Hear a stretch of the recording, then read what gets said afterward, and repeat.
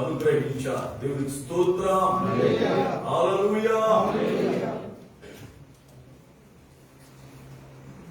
ఎందుకంటే ఈ జనవరి మాసం మొదటి దినము శుక్రవారపు ఆరాధనతో ప్రారంభమై ఈ యొక్క 31వ తారీఖు పునరుద్ధానపు ఆరాధనతో ముగించడానికి ప్రభువు చక్కని కృపనిచ్చారు. ప్రారంభ దినం, ముగింపు దినం ఆయన పాద సన్నిధిలో గడిపే భాగ్యాన్ని మనం కలిగి ఉండడం అనేది గొప్ప ఆశీర్వాదం. దేవునికి స్తోత్రం. హల్లెలూయా. ఈ రాత్రి నుండి గురువారం రాత్రి వరకు ప్రతి రాత్రి మనకు కూడిక ఉంది. 1, 2, 3 తారీఖులలో ఆశీర్వాదపు కూడికలు సంఘములో జరిగించబడుతూ ఉన్నాయి. గురువారం నాడు సంస్కరణ కార్యక్రమాన్ని శుక్రవారం తీసుకుంటాము కనుక దానికి దిద్దుబాటు కూడికగా గురువారం రాత్రి ఆ కూడిక జరుగుతుంది. కనుక ఈ రాత్రి నుండి గురువారం రాత్రి వరకు శ్రేష్టమైనటువంటి చక్కని కూడికలను జరిగించుకోవడానికి ప్రభు చక్కని వాతావరణం, చక్కనటువంటి సమయం మనకు అనుగ్రహించాడు. ఎంతో మందికి ఇట్టి అవకాశాలు లేవు. కానీ ఇవ్వబడిన అవకాశాన్ని సద్వినియోగపరుచుకునే మనం ఎంతైనా ధన్యులం. దేవునికి స్తోత్రం. హల్లెలూయా. శుక్రవారం నాడు 2 ఆరాధనలు ఆశీర్వాదకరముగా ప్రభువు జరిగించారు. పార్హిలో ఋతు గ్రంథాన్ని ప్రారంభించడానికి చక్కని కృపను ప్రభు ఇచ్చారు. అలాగే క్లాసులు కూడా BTH శుక్రవారం అలాగే శనివారం 2 రోజులు కూడా జరిగించబడడానికి చక్కనటువంటి పాఠాలను దేవుడు నేర్పుతున్నాడు. దేవునికి స్తోత్రం.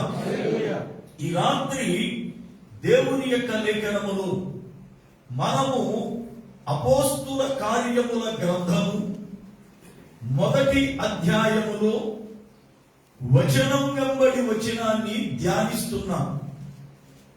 గత శుక్రవారం వరకు 4వ వచనం వరకు ధ్యానం చేశాం. ఈ దినం 5వ వచనాన్ని చదువుకుందాం.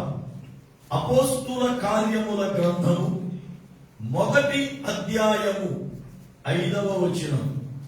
అపోస్తుల కార్యముల గ్రంథము 1వ అధ్యాయము 5వ వచనం. యోహాను నీళ్లతో బాప్తిస్మమిచ్చెను గాని కొద్ది దినములలోగా మీరు పరిశుద్ధాత్మలో బాప్తిస్మము పొందుదురనేను. చాలా చిన్న ప్రార్థన. సర్వకృపానిధివగు పరమ తండ్రి, మీ పాదములకై వందనాలు స్తోత్రాలు చెల్లిస్తున్నా.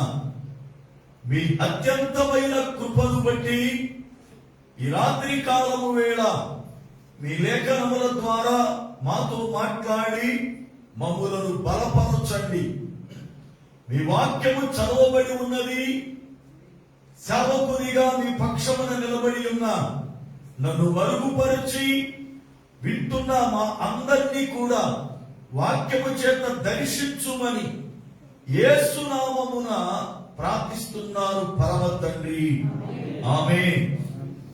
దేవునికి స్తోత్రం. హల్లెలూయా. దేవుని లేఖనములో అపోస్తుల కార్యముల గ్రంథం 1వ అధ్యాయం 5వ వచనములో లూకా భక్తుడు యేసు ప్రభువారు ఏ విషయాలైతే ఆయనను వెంబడించిన వారితో చెప్పాడో ఆ విషయాలను జ్ఞాపకం చేస్తూ ఆ మాటలు రాస్తున్నాడు. యేసు ప్రభు ఆయనను వెంబడించినటువంటి వారితో చెప్పిన మాట, యోహాను వచ్చాడు. కానీ కొద్ది దినములలో మీరు పరిశుద్ధాత్మలో బాప్తిస్మము పొందెదరు అని చెప్పాడు.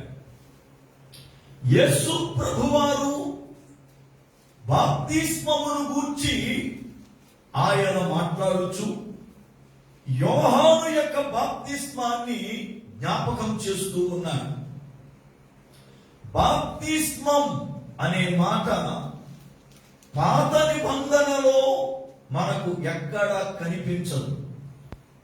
క్రొత్త నిబంధనలో బాప్తిస్మమిచ్చు యోహాను దగ్గర నుండే ఈ మాట నేటి వరకు క్రైస్తవ సమాజములో వింటూ ఉన్నాం. బాప్తిస్మం అంటే అసలు ఏమిటి? యోహాను బాప్తిస్మం ఇచ్చాడు అని ప్రభు మాట్లాడాడు. అసలు యోహాను బాప్తిస్మం అనేది ఎందుకు ఇచ్చాడు? బాప్తిస్మం అనే మాటకు అర్థం ఏమిటి? జాగ్రత్తగా వాక్యాన్ని మనం గమనం చేస్తే తెలుగు బైబిల్లో బాప్తిస్మము అని వాడిన ఈ పదం గ్రీకులో బాప్టైజో అని వాడారు. బాప్టైజో బాప్టైజో అనగా అర్థం ముంచుట అని అర్థం. బాప్టైజో అనగా ముంచుట అని ఆ పదానికి అర్థం. అయితే నేడు క్రైస్తవ సంఘాలలో బాప్తిస్మములు అనేవి రకరకములుగా వాళ్ళ సిద్ధాంతాలను బట్టి వాళ్లకున్న ఆ యొక్క మార్గాలను బట్టి బాప్తిసాలు ఇస్తున్నారు. కొన్ని సంఘాలలో చిలకరించి ఇది బాప్తిస్మం అని అంటారు. చిలకరింపు బాప్తిస్మం ఎలాగవుతుంది అని మనం అడిగితే పరిశుద్ధ గ్రంథములో చిలకరింపు ముంచటం అని వ్రాయబడింది కనుక చిలకరించినను ముంచడమే అని ఆ సంఘ సిద్ధాంతాలను బట్టి వాళ్ళను సమర్థించుకుంటున్నారు. చూడండి వాక్య గ్రంథాన్ని ఒక్కసారి. మార్కు సువార్త 7వ అధ్యాయం 3వ వచనం. మార్కు సువార్త 7వ అధ్యాయము 3వ వచనం. పరిసయ్యులను యూదులందరూ పెద్దల పారంపర్య చర్యమును బట్టి చేతులు కడుగుకుంటేనే కాని భోజనము చేయరు, మరియు వారు సంత నుండి వచ్చినప్పుడు నీళ్లు చల్లుకుంటేనే గాని భోజనము చేయరు. గిన్నెలను, కుండలను, ఇత్తడి పాత్రలను నీళ్లలో కడుగుట మొదలగు అనేక ఆచారములు కలవచ్చా. అక్కడ నీళ్లు చల్లుకొనుట అనే పదాన్ని కింద ఫుట్నోట్ మీద ఏమని వాడాడు? ఏమన్నాడు? కింద పదం ఏమాడాడు? బాప్తిస్మము. ఏమాడాడు? అంటే చిలకరింపు అనేది బాప్తిస్మం అని పదం వాడాడు. కనుక కొన్ని సంఘాల వారు చిలకరించినా కూడా బాప్తిస్మమే అన్నాడు కదా అని వాడాడు. మరొక వచనం చూద్దాం. ప్రకటన గ్రంథం 19వ అధ్యాయం 13వ వచనం. ప్రకటన గ్రంథం 19వ అధ్యాయం 13వ వచనం. రక్తములో ముంచబడిన వస్త్రము ఆయన ధరించుకొని ఉన్నాడు.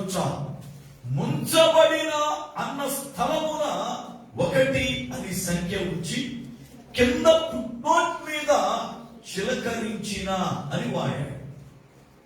అంటే ముంచడం చిలకరింపే. చిలకరించడం ముంచడమే. కనుక ముంచినను చిలకరించినను అది బాప్తిస్మమే అని చాలా మంది కొన్ని సంఘాల వారు చిలకరింపునిస్తున్నారు. అయితే కొన్ని సంఘాల వారు బాప్తైజో అనగా లేక బాప్తిస్మము అనగా ముంచడం గనుక ముంచుతున్నాం అని వారు నీటిలో ముంచి లేపుతున్నారు. కొన్ని సంఘాల వారు బాప్తిస్మము అనేది క్రీస్తు మరణ పునరుద్ధానములకు సాదృశ్యముగా వాక్యం చెప్పబడింది. పరిశుద్ధ గ్రంథములో క్రీస్తు ఏ రీతిగా చనిపోయి సమాధి చేయబడి ఏ రీతిగా తిరిగి లేచాడో అలాగునే క్రీస్తు యేసులోనికి బాప్తిస్మము పొందిన మీరందరూ ఆయన మరణములో పాలు పొందుదురు అని వాక్యం బోధించాడు పౌలుగా. దానిని బట్టి కొంతమంది సేవకులు బాప్తిస్మం అంటే ముంచకూడదు, అలా నీళ్ళల్లో పండుకోబెట్టి, అంటే సమాధి చేసినప్పుడు పండుకోబెట్టి చేస్తారు కనుక నీళ్ళల్లో పండుకోబెట్టి తిరిగి లేపాలి అని కొంతమంది దైవజనులు పండుకోబెట్టి లేపుతున్నారు. మరికొంతమంది అయితే, కొన్ని సంఘాలైతే ఇశ్రాయేలీయులు సముద్రములో నడిచి మేఘము కింద నడిచారు కనుక బాప్తిస్మము మేఘములోను సముద్రములోను పొందారని పౌలు కొరింథీ సంఘానికి బోధించాడు కనుక మా యొక్క సంఘ సిద్ధాంతాన్ని బట్టి ఒక పతాకం మేము ఎగరవేస్తాం. ఆ పతాకం క్రింద వాళ్ళు దూరి వెళితే అది బాప్తిస్మమే అని కొన్ని సంఘాలు వాళ్ళ సంఘ సిద్ధాంతపు లోగోని ఒక పతాకం అంటే ఒక జెండా మీద వేసి జెండాను నిలబెడితే ఆ విశ్వాసులు దాని కింద దూరి వెళతారు. అది బాప్తిస్మం అన్నారు. అంటే బాప్తిస్మములు అనబడుతున్నవి వారి ఇష్టానుసారముగా వారికి నచ్చినట్లుగా ఒక్కొక్క వాక్యాన్ని ఆధారము చేసుకొని వాళ్ళు బాప్తిసాలు ఇవ్వడం అనేది నేటి ప్రపంచములో చూస్తున్నాం. అయితే యేసు ప్రభువారు మాట్లాడుతూ యోహాను మీకు నీళ్లతో బాప్తిస్మం ఇచ్చాడు అని వాడాడు.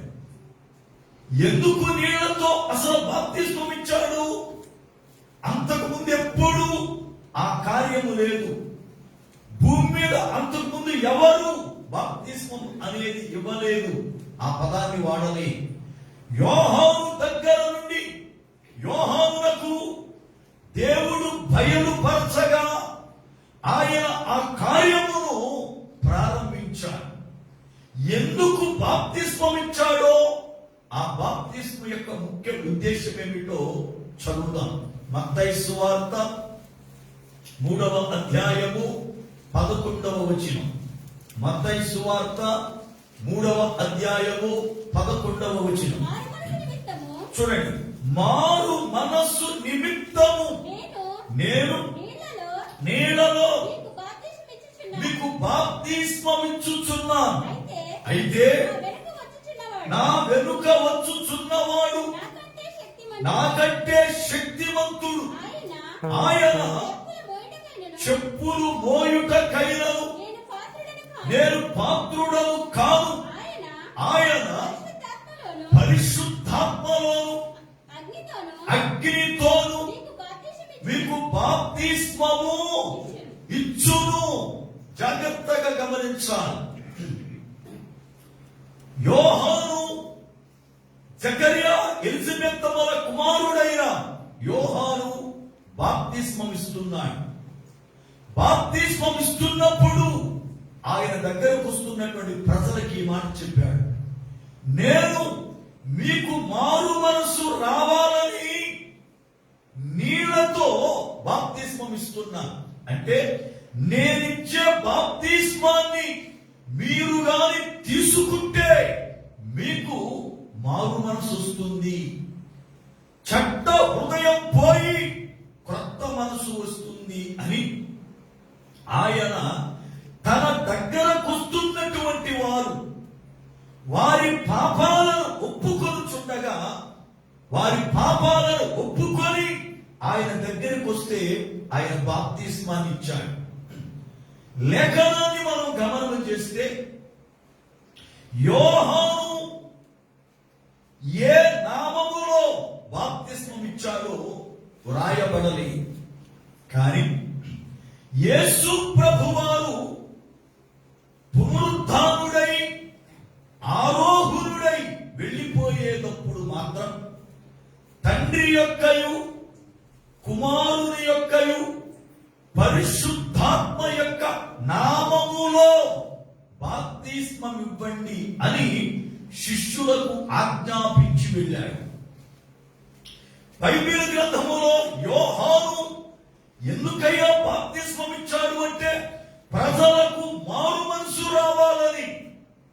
ఒకసారి అపోస్తలుడైన పౌలు గారు అపోల్లో కొరింథీలో ఉన్నాడప్పుడు, అపోల్లో కొరింథీలో ఉన్నప్పుడు ఈయన ఆ ప్రాంతాలు సంచరిస్తూ ఎఫెసీకి వచ్చాడు.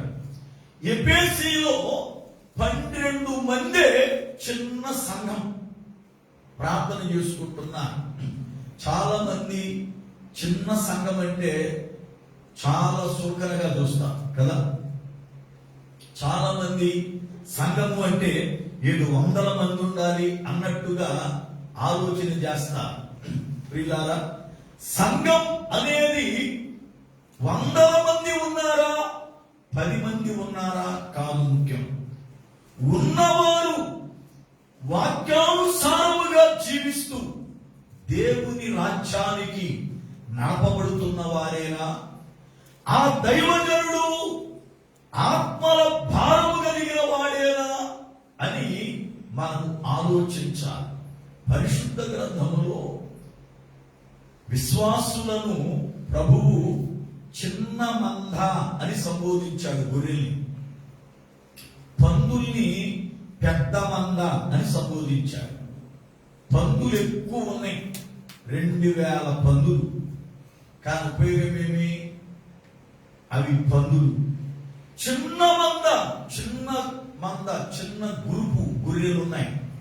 వాటి మీద ప్రభువు కనికర పడ్డాడు. ఎందుకంటే వాడు కొద్ది మందిగా ఉన్నా కాపరి లేక, వాళ్ళను నడిపేవాడు లేక, సరిగ్గా బలపరిచేవాడు లేక వాడు ఎంత తుష్ట కలిగి ఉన్నారు ప్రభువుకు తెలిసింది. ఈ రోజున ఒకవేళ సేవకులుగా, అరే నేను సంఘం నడిపిస్తుంటే నా దగ్గర 10 మంది ఉన్నారే, ఇవాళ వచ్చిన వాళ్ళు రేపు రావట్లేదే, ఏంటి నా సమస్య? నా తప్ప లేకపోతే వచ్చేవాళ్ళ తప్ప అని ఏమాత్రము కూడా దైవజనుడు కృంగిపోవక్కర్లే. నీ చేతికి ఎంత మందిని అప్పగించాడో అంతమందికే వాక్యము భారము కలిగి చెప్పాలి. దేవుని స్తోత్రం. ఒకసారి అపోస్తలుడైన పౌలు అంటాడు, నాకు ఎంత మందిని అప్పగించావో వారే వాక్యాన్ని విన్నారు అంటాడు. నేను 1000 మంది మధ్య స్పీకర్ గా వాడబడినటువంటి దైవజనుడిని. నేను సేవకునిగా ఇండియాలో సువార్త పరిచర్యలో వాడబడుతున్నప్పుడు 1000 మంది సభలలో మాట్లాడాను. నేను సోమవారం నుండి శనివారం వరకు సుమారుగా 2-3 సువార్త సభలో మాట్లాడేవాడిని. 3 రోజులు లేక 2 రోజులు చొప్పున. ఆ సభలలో కొన్ని 1000 మంది ఉంటూ ఉండేవారు. అయితే ఆదివారం వచ్చే సమయానికి భీమవరం దగ్గర పెదపుల్లేరులో మెయిన్ సంఘం. దాన్ని చూచి అక్కడ ఒక 100-150 మంది వరకు ఉంటారు అప్పట్లో. అక్కడ చూచి మధ్యాహ్నం బయలుదేరి 2:30 బండికి కొవ్వూరు వెళ్ళేవాడిని. కొవ్వూరులో రాత్రి ఆరాధన 7:30-8 నుండి 10 గంటల వరకు. ఎంతమంది ఉన్నారు? నేను అంత ప్రయాసపడి ప్రయాణం చేయడానికి సోమవారం నుండి శనివారం వరకు సువార్త సభలో నలిగిపోయేవాడిని. ఆదివారం ఉదయం ఇంటికి వచ్చేవాడిని. ఆ తర్వాత ఆదివారం మరలా తిరిగి ఆరాధన చూసేవాడిని. మధ్యాహ్నం నుంచి బయలుదేరి కొవ్వూరు ఆరాధనకి వెళ్ళేవాడిని. రాత్రి మరలా బయలుదేరి వచ్చి సోమవారం మరలా మీటింగ్స్కి వెళ్ళేవాడిని. అయితే ఇంత ప్రయాసపడి నేను తిరగడానికి కొవ్వూరులో ఎంతమంది విశ్వాసులు ఉన్నారు? ఎంత పెద్ద సంఘం ఉంది అప్పట్లో నాకు అంటే 4 కుర్రోడు, ఒక ఫ్యామిలీ. ఈ 4 కొరకు, ఆ కుటుంబం కొరకు 6 సంవత్సరాలు తిరిగాను. ఆ 4లో ఒక్కొక్క ఆదివారం 2 వచ్చేవాళ్ళు. ఆ ఇంటి వారు కూడా ఒక్కొక్కసారి నేను వెళ్ళేకి పని అవ్వలేదు అని కూర్చునేవాడు. వాళ్ళు ఒక్కోసారి ఊరు వెళ్ళేవాడు. ఒక్కొక్కసారి వెళ్ళి ఊరకనే ఏమి ఎవరు లేక అక్కడ చిన్న ప్రార్థన చేసుకుని మరలా బయలుదేరి వచ్చిన సందర్భాలు చాలా ఉన్నాయి.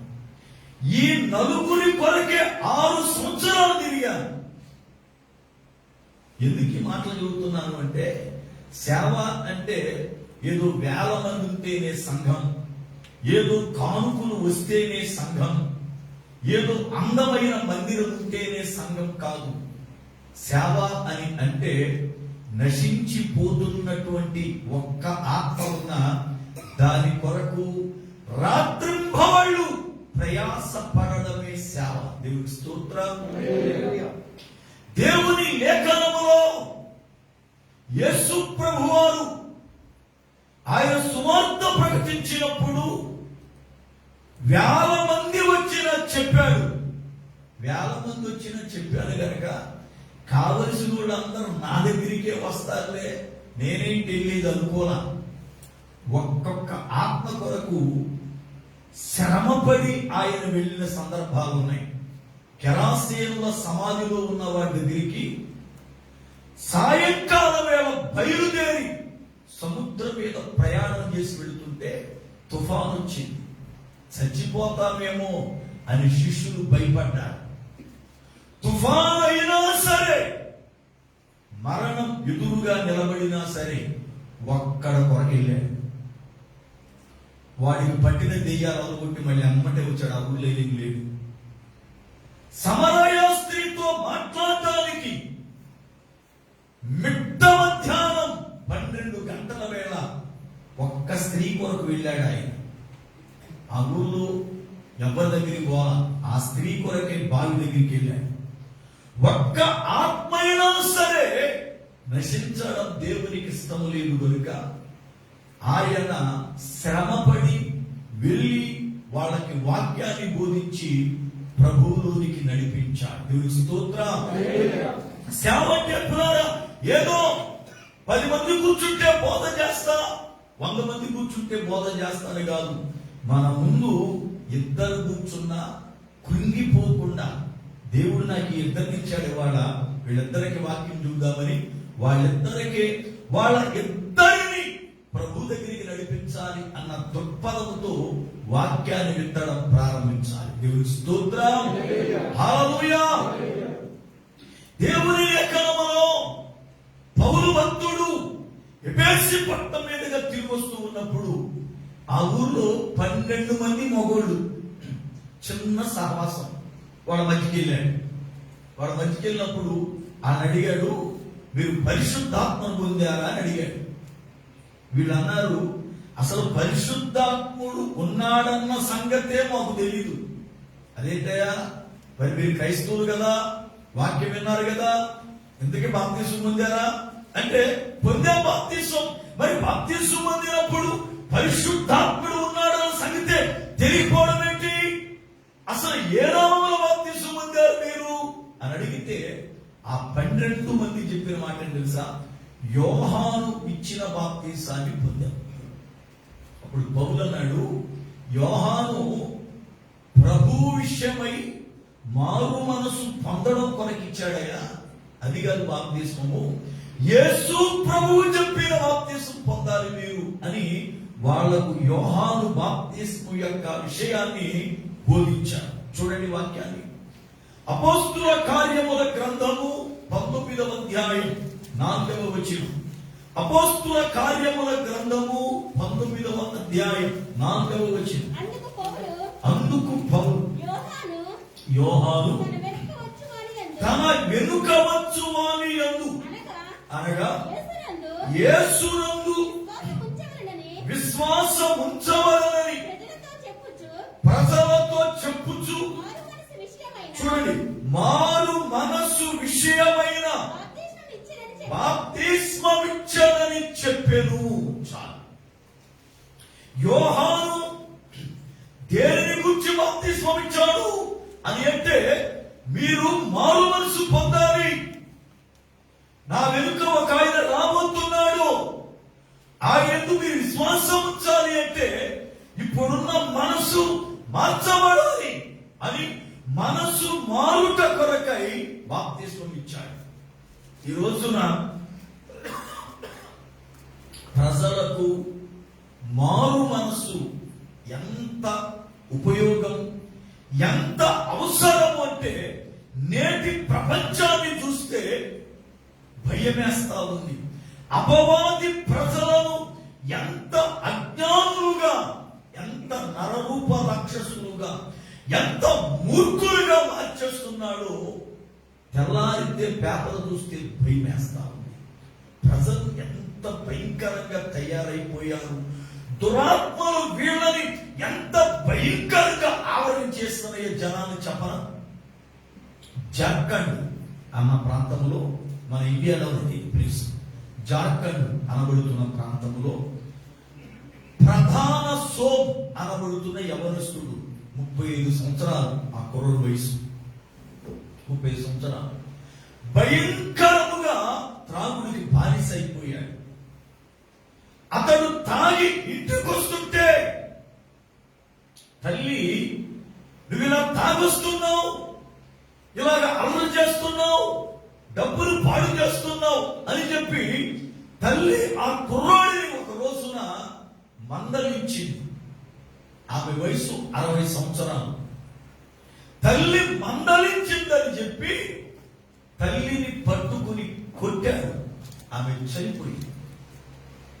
చనిపోయినటువంటి తల్లిని వాళ్ళ పెరట్లోనే కాలి చేస్తాకి మొత్తం రెడీ చేసి ఆమె శవాన్ని కాలుస్తూ, శవము కాలుతున్న ఆ మంటలలో చికెన్ కాల్చుకుని తింటా కూర్చున్నాడట. వాళ్ళ సహోదరి చూచి ఊళ్ళో వాళ్ళకి చెప్తే, వాళ్ళు పోలీసులకు కబురు పెడితే వాళ్ళు వచ్చరికి శవపు చితి మంటలలో చికెన్ కాల్చుకుని తింటా ఉన్నాడు. ఆ తాగిన మైకంలో వాడిని పట్టుకుని వెళ్ళిపోయారు.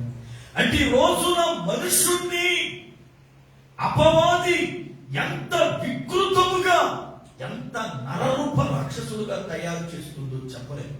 ఇలా ఎందుకు జరుగుతుందో, జరుగుతున్న ఒక వాస్తవం చెబుతా.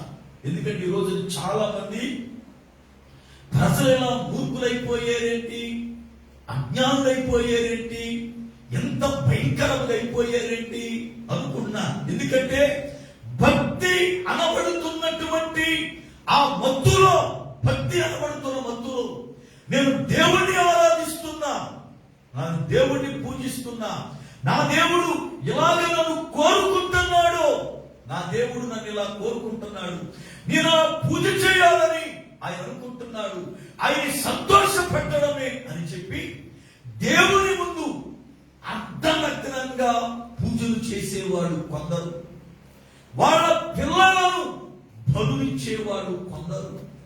పిల్లరా, వికృతమైనటువంటి చేష్టలు చేస్తూ దేవుని పూజిస్తున్నాం అని చెప్పి పూజలు జరిపేవాడు కొందరు. భయంకరముగా తయారైపోయారు ప్రజలు. కారణం ఏంటి అంటే భక్తి మత్తు వాళ్లకు భయంకరముగా పట్టింది. ఈ భక్తి మత్తు పట్టడానికి అసలు కారణం ఏంటి?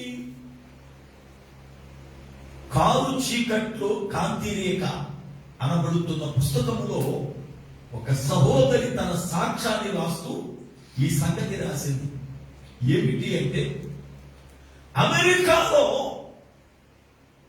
సాతాను యొక్క సమాజం అనే ఒక సంఘం ఉందట. సాతానికి కూడా ఆ పేరు మీద ఒక సంఘాన్ని కట్టారు. సాతాన్ని కూడా ఆరాధించే వాళ్ళు ఉన్నారు. అయితే ప్రియులారా, వాళ్ళు ఆరాధన ఎప్పుడెప్పుడు చేస్తారు అంటే అమావాస్యకు ఆరాధన చేస్తారు. ఎందుకంటే అమావాస్య గాఢాంధకారమైనటువంటి చీకటి రోజు. ఆ రోజున వాళ్ళు ఆరాధన రాత్రి 12 గంటల వరకు వాళ్ళ మందిరములో పులారా స్త్రీలు పురుషులు అర్ధనగ్నంగా వస్త్రాలు లేకోకుండా సాతానికి ఒక కుర్చీ వేసి వాళ్ళు ఆరాధన చేస్తారట. ఆరాధన చేస్తున్నప్పుడు కరెక్టుగా రాత్రి 12 గంటలకు సాతానుడు సింహాసనం మీదకి పిల్లలు వచ్చి కూర్చుంటాడు. సాతానుడు సింహాసనం మీదకి వచ్చి కూర్చుని ఈ అమావాస్య నుండి వచ్చే అమావాస్య వరకు ఈ నెల రోజులు దేశములో ఎన్ని మానభంగాలు జరగాలో, ఎన్ని మట్టలు జరగాలో, ఎంతమంది త్రాగుబోతులైపోవాలో, ఎంతమంది వ్యభిచారులైపోవాలో, ఎంతమంది భక్తి మత్తులో నాశనమైపోవాలో ఈ లిస్ట్ అంతా చెబుతాడట. వాడు ఇవన్నీ కూడా జరిగించండి అని చెప్పి వాళ్ళ మీదకు అపవిత్రమైన ఆత్మను వదిలేస్తే వాళ్ళు అతడు మాట్లాడి అంతర్ధానం అయిపోయిన తరువాత ఇక రాత్రంతా కూడా విచ్చలవిడిగా త్రాగుతూ మందిరంలోనే వ్యభిచారము చేస్తూ విచ్చలవిడిగా రాత్రంతా గడిపి తెల్లారి లేచి ఇక ఎవరికి వాళ్ళే స్నానాలు చేసి పలహారం చేసి వాళ్ళకున్న వాహనాలతో రోడ్ల మీదకి వెళ్ళి ఇళ్లలో నుండి బయటకు పారిపోయిన వాళ్ళని, ఒంటరిగా ఉన్నటువంటి వాళ్ళని, మానసికంగా రోడ్డు మీద తిరుగుతున్న వాళ్ళని పట్టుకుని వీళ్ళ సమాజంలో చేర్చుకుని అపవాదికి భక్తులుగా మారుస్తారట. అంటే ఈ రోజున మనుష్యులు ఇంత భయంకరముగా పాడైపోవడానికి గల కారణం, ఇంత భయంకరంగా పాడైపోవడానికి కారణం అపవాది ప్రజల మధ్యన వాడి క్రియలను భయంకరంగా జరిపిస్తున్నారు. చేతబళ్ళు చేయడానికి పుస్తకాలు ఉన్నాయి. మేము 4 తోడేళ్ళు, అంటే నా భార్య వాళ్ళు 4 అక్క చెల్లెళ్ళు, ఆఖరి అమ్మాయి భర్త కూడా సేవకుడే. ఉదయ్ కుమార్ ఆయన పేరు. మంచి కీబోర్డిస్టు, మంచి సింగర్ కూడా. ఇతడు ప్రభువుని సంపూర్ణముగా అంగీకరించక ముందు అంటే ప్రార్థనకి వెళ్తూ ఉండేవాడు, తల్లిని బట్టి వాళ్ళు గుడికెళ్తూ ఉండేవారు. కానీ ఎవరో మాటలను బట్టి దురాత్మలను ఎలా ఆవరించుకోవచ్చు అనే పుస్తకాలు దొరికినాయి ఈయనకి. పుస్తకాలను చదివాడు. పుస్తకాలు చదువుతున్నప్పుడు ఆ దురాత్మలు వచ్చి అలా తిరుగుతుండేయట. కొన్ని రోజులు చదివి భయపడి వాటినన్నింటినీ తీసుకెళ్లి పక్కన పడేశాడు. అంటే దురాత్మలను గూర్చి పుస్తకాలు, దురాత్మలను గూర్చి ప్రజల మధ్యకు వాటిని ఎలా నడిపించాలో అపవాది ఎంత బలమైన కార్యములు చేస్తున్నాడు.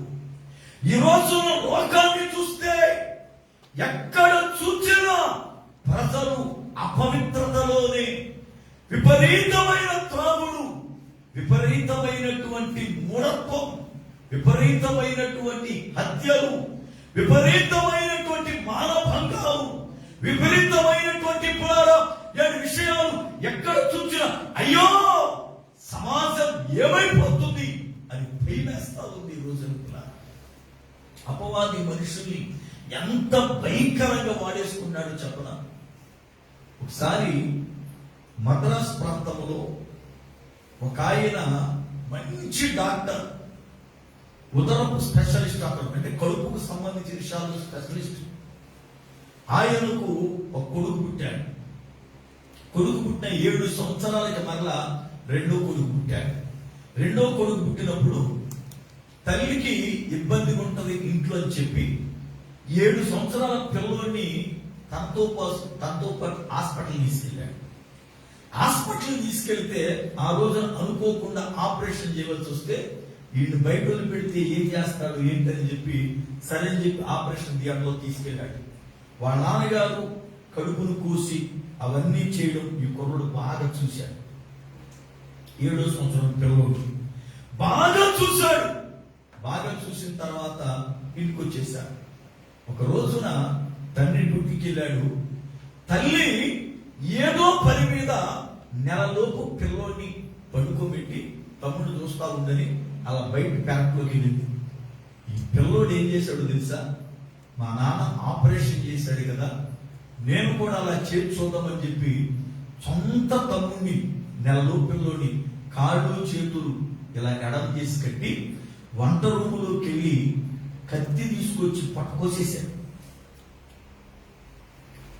పట్టుకొస్తే నెలలో పిల్లోడి కెవ్వుమని ఏడుస్తా ఉంటే తల్లి పిల్లోడు ఏడుస్తున్నాడేంటి, ఏమై ఉంటుందని చెప్పి పెరట్లోంచి పరిగెత్తుకుంటొస్తే ఈ పిల్లోడు నమ్మొస్తుంది, తమ్ముడికి రక్తం వచ్చేస్తుంది, కొట్టేస్తానని చెప్పి వెళ్ళి మంచం కింద దాక్కున్నాడు. ఈ లోపల భార్య భర్తకు ఫోన్ చేసింది. భర్తకు ఫోన్ చేస్తే హాస్పిటల్లో ఉండి ఆ రోజు ఆపరేషన్ థియేటర్లో ఉన్నాడు. సరే వస్తున్నాను త్వరగా అని చెప్పి ఆపరేషన్ ముగించుకుని గబగబా వస్తూ ఉంటే కారు శబ్దం విన్నాడు. ఈ కుర్రుడు మంచం చాటు నుండి బయటకు పరిగెత్తుకెళ్ళి మా నాన్న చంపేస్తాడు, నన్ను కొడితే ఇదిగో కొడతాడు దొరికిందని చెప్పి తెలియకుండా కారు కింద దాక్కున్నాడు. ఈ నెలలో పిల్లడు రక్తం కారిపోతా ఉంటే తల్లి తండ్రి చూసి గాబరా పడి అయ్యో పిల్లోడు చనిపోతాడేమో అన్న ఉద్దేశంతో గబగబా వెళ్ళిపోలారా కారు ఎక్కి, కారు కింద ఎవరో ఉన్నట్టుగా కనపడలేదు. గబగబా కారు స్టార్ట్ చేస్తే పెద్ద కొడుకు మీదకి వెళ్ళిపోయింది కారు. పెద్ద కొడుకు కెవ్వుమని అడిగితే ఏం పెద్దోడు కేకలేస్తున్నాడు, కారు కింద వస్తున్న శబ్దం అని గబగబా కిందకి అడుగెడుతుంటే ఒక ప్రక్కన చిన్న కొడుకు రక్తం కారిపోతా ఉంది. నెలలో పిల్లోడు, చిన్న పిల్లోడు బ్రతకడానికి అవకాశం ఉందని ట్రై చేస్తూ ఉండగా కారు కింద కొట్టుకుని పెద్ద పిల్లోడు చచ్చిపోయాడు. ఒడిలో తల్లి చూస్తుండగానే నెలలో పిల్లోడు చనిపోయాడు. అంటే ఈ రోజున మరణాలు అపవాది ఎంత భయంకరముగా కలిగిస్తున్నాడు అంటే భయము లేదు మనుషులకి, భయము లేదు మనుషులకి. తల్లిని చంపి తల్లి చితి మీద చికెన్ కాల్చుకుని తింటున్నాడు అంటే ఆ మనిషిని ఏమనాలి? ఎంత భయంకరమైనటువంటి ఏమండి వాళ్ళ భక్తులు మనుషులు బ్రతుకుతున్నారు అంటే దురాత్మ మానవుని యొక్క మనోనేత్రాన్ని మూసేసి అందులుగా చేసి బ్రతికిస్తా ఉంది వాళ్ళ. అందుకే మనుషులకి మారు మనసు కావాలి. మారు మనసు కావాలి అంటే భూమి మీద క్రైస్తవుడు అనబడుతున్న దైవజనుడు కావాలి. దేవుని స్తోత్రం. దేవుని వాక్యము ఒక్కటే మనుషులను మార్చగలిగింది. దేవుని వాక్యం ఒక్కటే మనుషులను పాప బంధకములలో నుండి, దురాత్మ బంధకములలో నుండి విడిపించగలిగినది దేవుని వాక్యమే. దేవుని వాక్యమే. యోహాను ఎందుకయ్యా బాప్తిసం ఇచ్చాడు వాళ్ళకి అని అంటే వాక్యం బోధిస్తూ ఉంది, మారు మనసు విషయమై ఇచ్చాడట. అందుకే ప్రజలకి మారు మనసు అవసరం. పాప బంధకాల చేత నాశనం అయిపోతూ ఉన్నా, పాప బంధకాల చేత పాడైపోతూ ఉన్నా మూర్ఖులుగా తయారైపోయారు కనుక అయ్యో మీరు మారాలి, కుటుంబాలు బాగుపడాలి కనుక మీరు మారాలి అంటే, మీకు మార్పు రావాలి అంటే, మీ పాపాలు పోవాలి అంటే బాప్తిస్మం పొందండి అని ప్రకటించగా అనేక మంది పశ్చాత్తాపడి పాపాలు ఒప్పుకుంటూ వచ్చి బాప్తీసాలు పొందారు. నిజంగా పిల్లారా, క్రీస్తు మహాకృప, కన్నీటి ప్రార్థన ఎంత గొప్ప కార్యాలు చేస్తుంది నేటి దినాల్లో. మనము కన్నీరు కార్చి ప్రార్థన చేస్తే దేవుడు ఎంత అద్భుతమైనటువంటి కృపను చూపుతున్నాడో ఒక కుటుంబంలోని సంఘటన చెబుతాను. అది వికారాబాద్, హైదరాబాద్కి 70 కిలోమీటర్ల దూరంలో ఉంటుంది. వికారాబాద్, అక్కడ ఒక యవనస్తుడు కాదు, మధ్య వయస్కుడు బాప్తిస్మం పొందాడు. సువార్తను విని బాప్తిస్మం పొందాడు. బాప్తిస్మం పొందినటువంటి ఆయన ఇచ్చిన దైవజనుని, అయ్యా ఒక్కసారి మా ఇంటికి వచ్చి ప్రార్థన చేసి వెళ్ళండి, మీరు వస్తే మా కుటుంబం ఆశీర్వదించబడుతుంది, నా భార్య పిల్లలు కూడా సంతోషిస్తారని చెప్పి అంటే సరే చెప్పి సేవకుడు వస్తానని చెప్పి వెళ్ళాడు. సేవకుడు ఇంటికి వెళ్ళే సమయానికి ఎదర చిన్న వసాల ఉంటే వసాల్లో ఒక నులక మంచం మీద బక్క పలసగా తెల్లగా ఉన్నటువంటి ఒక స్త్రీ ఒంటి నిండా నల్లటి మచ్చలతో అలా పడుకుని ఉంది. ఈ సేవకుడు ఆమెను చూసి వ్యాధిగ్రస్తురాలేమో, మజూచీయమైన వచ్చిందేమో, ఏదైనా జరిగిందేమో, అందుకే అస్థి పంజరంలాగా అయిపోయింది మనిషి, ఇలాగైపోయిందని చెప్పి అనుకుంటూ మాట్లాడుతుండగా ఆమె లేచి కూర్చుంది. సేవకుడు అడిగాడు, అయ్యా ఈమె ఎవరండి? ఆయన అన్నాడు, నా భార్య అండి. ఇలాగైపోయిందండి. ఏమైనా వ్యాధ, ఏమైనా బలహీనత? మరి చూస్తే తెల్లగా ఉంది, ఒంటి నిండా ఆ నల్లటి మచ్చలేంటి? ఆ పరిస్థితులు ఏంటి అంటే ఆమె నెమ్మదిగా మాట్లాడుతూ చెప్పినటువంటి మాట ఏంటి తెలుసా? అయ్యా ఈ మచ్చలన్నీ కూడా ఈయన రక్షణ పొందక ముందు భయంకరమైన త్రాగుబోతండి. త్రాగి వచ్చినప్పుడల్లా నన్ను అనుమానిస్తూ, నన్ను కొడుతూ, సిగరెట్టుతో కాల్చేసిన మచ్చలండి ఈ ఒళ్ళంతా అని చూపించి సేవకుడు గుండె గభేరుమంది. ఎంత క్రూరముగా కట్టుకున్న భార్యను సిగరెట్ పెట్టి కాల్చేశాడా ఈ మనిషి అని వీళ్ళు మాట్లాడుతుండగా ఒక యవనస్తురాలు ఇంట్లోంచి బయటకు వస్తే ఆ పిల్లకు కన్ను లేదు.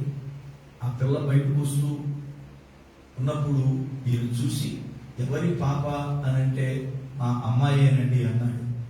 పుట్టుకతోనే కన్ను లేదా ఈ పాపకి అంటే, లేదయ్యా నేనే త్రాగుబోతుగా ఉన్నప్పుడు త్రాగి వచ్చి ఆ మైకములో, ఆ మత్తులో బాటిల్ పెట్టి కొట్టా, గట్టి మీద కనుపోయింది అని చెప్పాడు.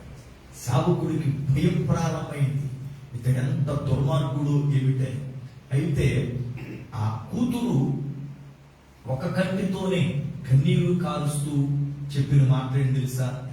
అయ్యా మా నాన్న మారాలని నేను 40 రోజులు ఉపవాసం ఉన్నానండి. మా తల్లి ప్రతి దినం కన్నీరు కాలుస్తూ ఉంది, ఏడుస్తూ ఉండేది. మా కన్నీటి ప్రార్థన దేవుడు వినలేదనుకున్నాం.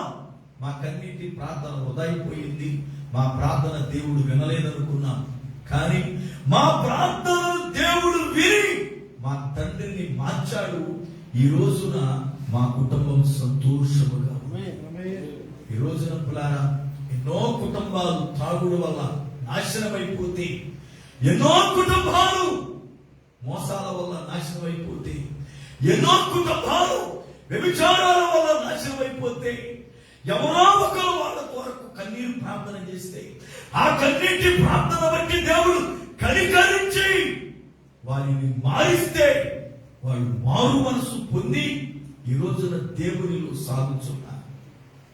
యేసు ప్రభువు అంటాడు, యోహాను నీళ్లతో బాప్తిస్మం ఇచ్చాడు. ఎందుకయ్యా బాప్తిస్మం ఇచ్చింది? మారు మనసు రావాలి ప్రజలకని. నేటి దినాల్లో ప్రజలకి మారు మనసు అవసరం. ఎందుకంటే ప్రజలు భయంకరమైన చీకట్లో ఉన్న భయంకరమైన అపవాది బంధకాల్లో ఉన్న అపవాది భయంకరముగా మనుషుల్ని కూడా అజ్ఞానులుగా చేసి, మూర్ఖులుగా చేసి, అంధులుగా చేసి భయంకరమైన అపవిత్రమైన కార్యాలు చేస్తా ఉన్నారు. దీనికి చదువుకున్నోడు లేడు, చదువు లేనోడు లేదు. అపవాది వాడిని వాడుకుంటా ఉంది. చాలా మంది అంటారు వాడు బాగా చదువుకున్నారండి. చదువుకున్న వాళ్ళు కూడా ఏంటి భక్తికి చదువుతో పని లేదు. చదువునోడైనా చదువు లేనోడైనా భక్తి మత్తులో ఉంటే అపవాది భయంకరంగా నాశనం చేస్తాడు వాడిని. ఈ రోజున ఎంతో మంది పిల్లలు నాశనం అయిపోతున్నారు. అయితే యేసు ప్రభు చెప్పిన మాట ఏమిటి అంటే, యోహాను నీళ్లతో బాప్తిస్మం ఇచ్చాడు.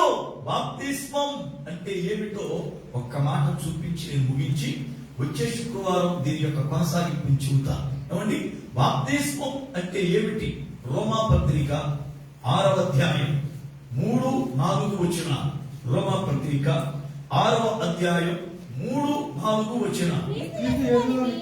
చూడండి, క్రీస్తు యేసులోనికి బాప్తిస్మము పొందిన మనమందరము ఆయన మరణములోనికి బాప్తిస్మము పొందితిమని మీరు ఎరుగరా?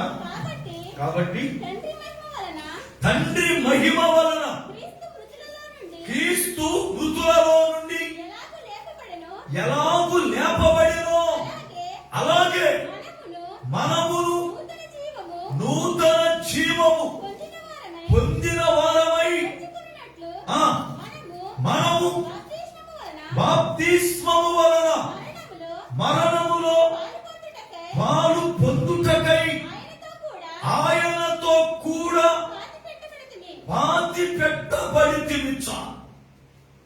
అపోస్తలుడైన పౌలు రోమ సంఘానికి పత్రికలు రాస్తూ క్రీస్తు మరణాన్ని గురించి మాట్లాడుతూ మనమందరం బాప్తిస్మం పొందడం అంటే ఏమిటో తెలుసా? క్రీస్తు మరణములో పాలు పొందడము. క్రీస్తు ఏ రీతిగా మరణించాడో, క్రీస్తు ఏ రీతిగా మరణించాడో మనము కూడా బాప్తిస్మం తీసుకునేటప్పుడు నీళ్ళలో దైవజనుడు మనల్ని ముంచినప్పుడు ఆ రీతిగా చనిపోయి పాతి పెట్టబడ్డాము.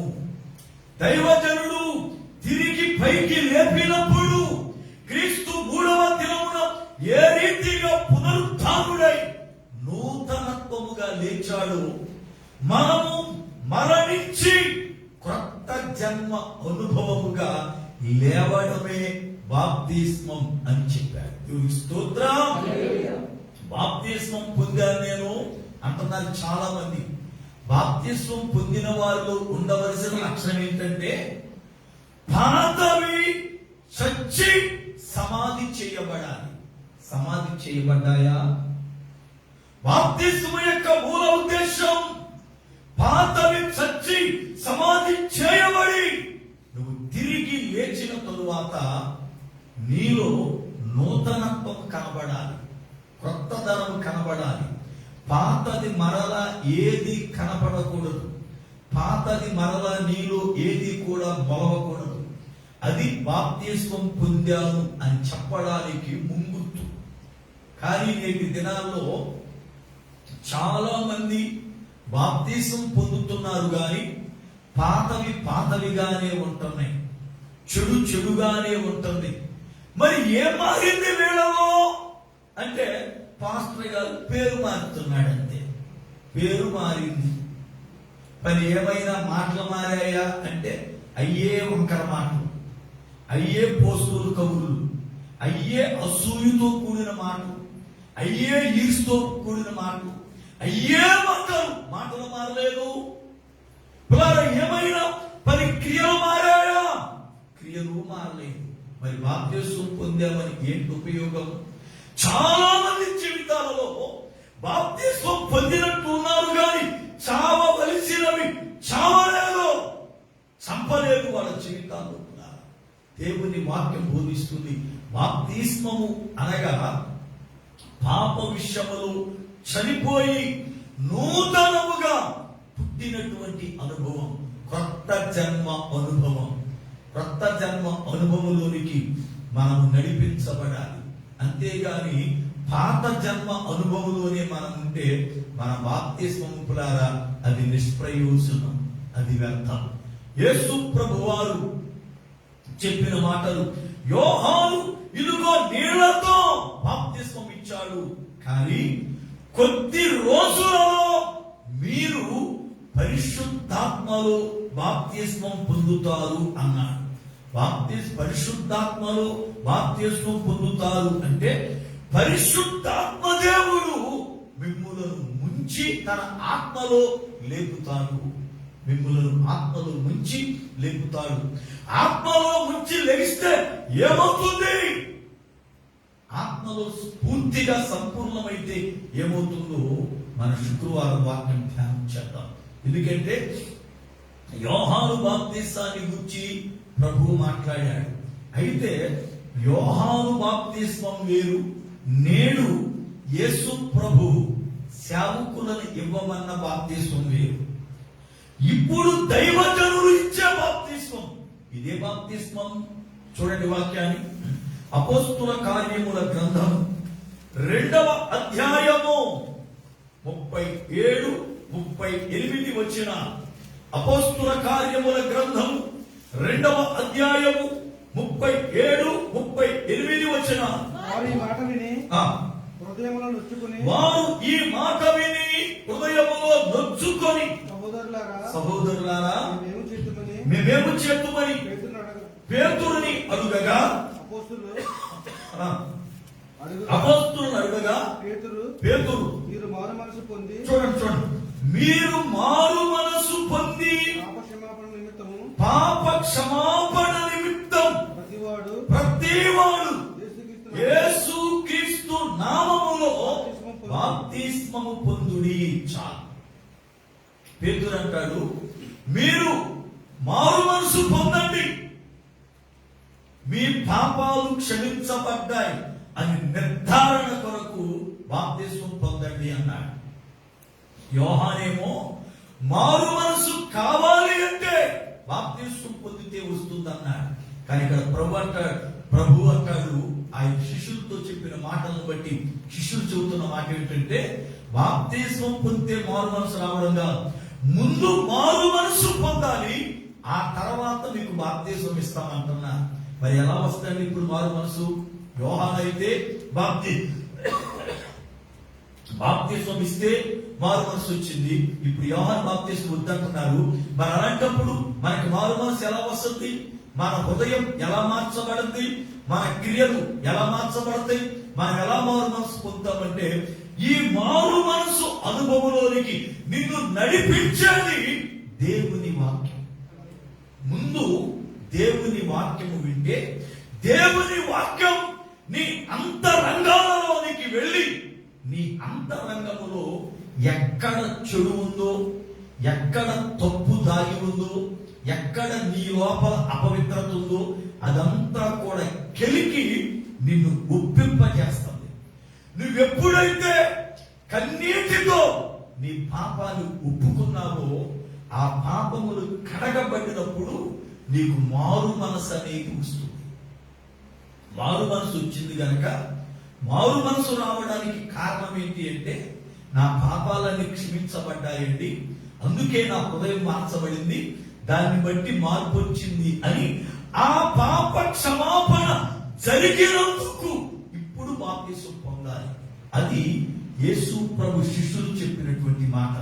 అయితే మరి యేసు ప్రభు వారు పరిశుద్ధాత్ముడు మీకు బాప్తిస్మం ఇస్తాడు అని అంటే పరిశుద్ధాత్ముడు ఎందుకు బాప్తిస్మం ఇస్తాడు?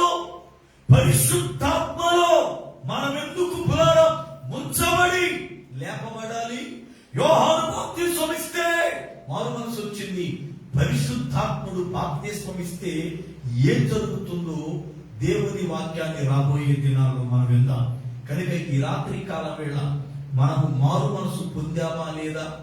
మన ఆత్మీయ జీవితాలు దేవుని రాకడకు సిద్ధపడుతున్నాయే లేదా? మనల్ని మనమే పరిశీలన చేసుకుందాం, ప్రార్థన చేసుకుందాం. ప్రార్థన. సర్వ కృపానిధివగు పరమ తండ్రి, మీ పాదములకై వందనాలు స్తోత్రాలు చెల్లిస్తున్నాను. మీ అత్యంతమైన కృపను బట్టి ఈ రాత్రి కాలం వేళ మీ దాసునిగా నన్ను మరుగుపరచి ప్రభువా మా అందరితో మీరు మాట్లాడిన జీవము గల మాటల కొరకు స్తోత్రాలు.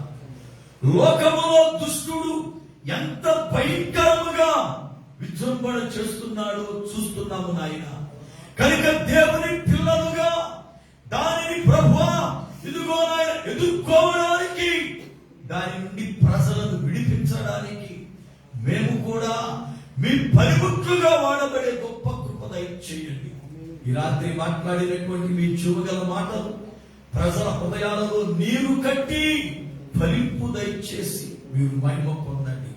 యేసు నామమున ప్రార్థిస్తున్నాను పరమ తండ్రి.